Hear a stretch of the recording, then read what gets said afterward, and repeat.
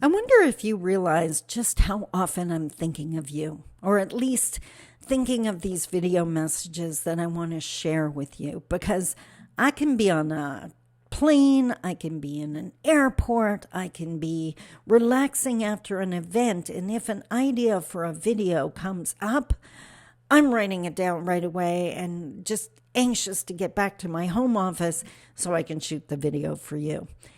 And that's what happened on my recent trip, because what I realized, we talk about puzzle. My mom used to always talk about puzzle pieces. I'll explain that in this video. But two puzzle pieces came together for me. I realized a conversation that everyone's having, Indigenous and non, directly applies to Indigenous engagement. If you take these rules and apply it to Indigenous engagement, you're standing on very safe ground, and you already know these rules. We should talk about it.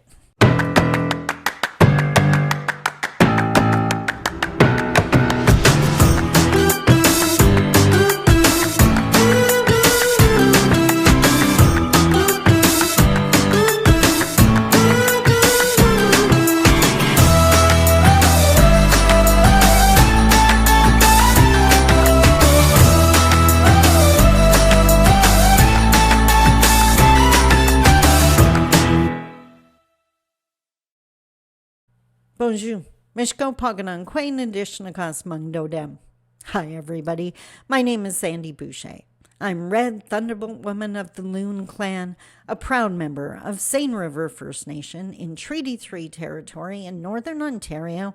What a nice way to end the week. We started off with that rant, and that was, I didn't like that at all, but we're going to finish off with one of Mom's teachings, and that makes me smile. So, my mom, I don't know about you. I don't know if you're one of those people that like putting together puzzles, you know, those 500, 1,000-piece puzzles. And my mom was one of you. I'm so not, but that's besides the point. And often my mom used the metaphor of the puzzle to explain so many things. And often when I would go to her as a teenager and say I had a problem and I didn't know what to do, and I'd explain the situation to her. Now remember, my mom was adamant that she wouldn't give me the answer, because she knew if she gave me the answer, then I believed in her wisdom. But if she helped me find my own answer, I'm building my own wisdom and my own confidence. My mom was adamant. She knew that she wasn't going to be here for my entire journey. She believed it was incredibly important that we learn to believe in ourselves so that we're not dependent on someone who may not be here for the entire trip. So often when I would come to my mom with a problem or a challenge, her response would be, "It sounds like you need more puzzle pieces." And what she meant by that is, imagine a 500-piece puzzle and you only have 495 pieces. You're not going to be able to finish the puzzle. It's going to be frustrating. You know you need more puzzle pieces. And if you have a challenge that you're facing and you can't figure out the answer, you're probably missing information. You're missing puzzle pieces. So I wanted to share that today because while I was on my recent trip and while I was hanging out in an airport, I had like 3 hours between planes. And something else happened. That's a video for next week. But while I was sitting there, I don't know what sparked it, whether I saw a poster or I was reading something, distinct possibility, reading something in the news on my phone, whatever the case may be. I mentioned in the opening that there's a conversation that's going on a totally different topic that, if applied to Indigenous engagement, would totally work. I'm wondering if you've had these conversations. What I'm talking about is consent, right? The conversation about consent before any kind of intimate activity. So literally, like, I can remember when this whole conversation first started, it was a little cartoon I saw on social media, and it was a boyfriend-girlfriend talking. And the boyfriend was complaining about consent and saying, like, do you mean I'm supposed to actually ask you if I can give you a kiss before I give you a kiss? And the girl's response, the cartoon woman's response was, I'm literally right here. Like, meaning it's really easy to ask me. And the other point of consent, if you've had these conversations, you know that you don't ask once. You ask before. You ask during to make sure someone's mind hasn't changed. And you ask afterwards to make sure everything's okay. That's Indigenous engagement. So how about before you touch the land, before you think about touching the land, before you start talking about doing something with the land in our traditional territories, before you write the proposal that you want to present to us, how about you ask first? Consent.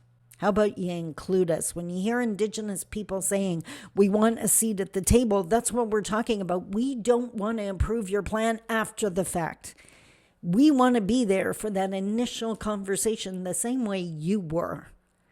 That's reconciliation. That's when things change. And by the way, if you want to do something with Indigenous peoples, whether it's the land, whether it's the community, whether it's us as individuals, you ask beforehand when you're starting this relationship. And then as the relationship's going on, how about a touch base, check in? How's this working for you? You still comfy? The process is working for you? And then after the fact, what could we have done better? Is there anything that made you uncomfortable? What would you like to see different next time? That would be epic Indigenous engagement if we could just apply the rules of consent. You already know about the rules of consent. Now you just got to think them in terms of Indigenous peoples. And you know what? That's decolonizing. That's undoing the horrible past. Because if you think about Indigenous people, Canadian history reduced us to a lesser than status, that other people knew what we needed. Other people were going to make decisions for us.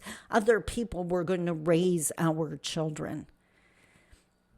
Stopping that requires that you see our opinion and our collaboration as equally as important as any other partner you bring into this conversation.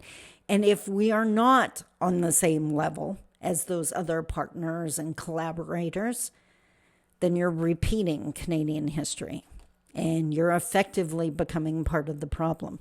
If you see us as equals, which is really easy to say and harder to prove, then we should be at that table. Why would you consider doing something to your mom's house without asking her? Would you consider doing something to digging in your wife's purse without asking her first? Would you consider going into your teenager's room without saying, do you mind?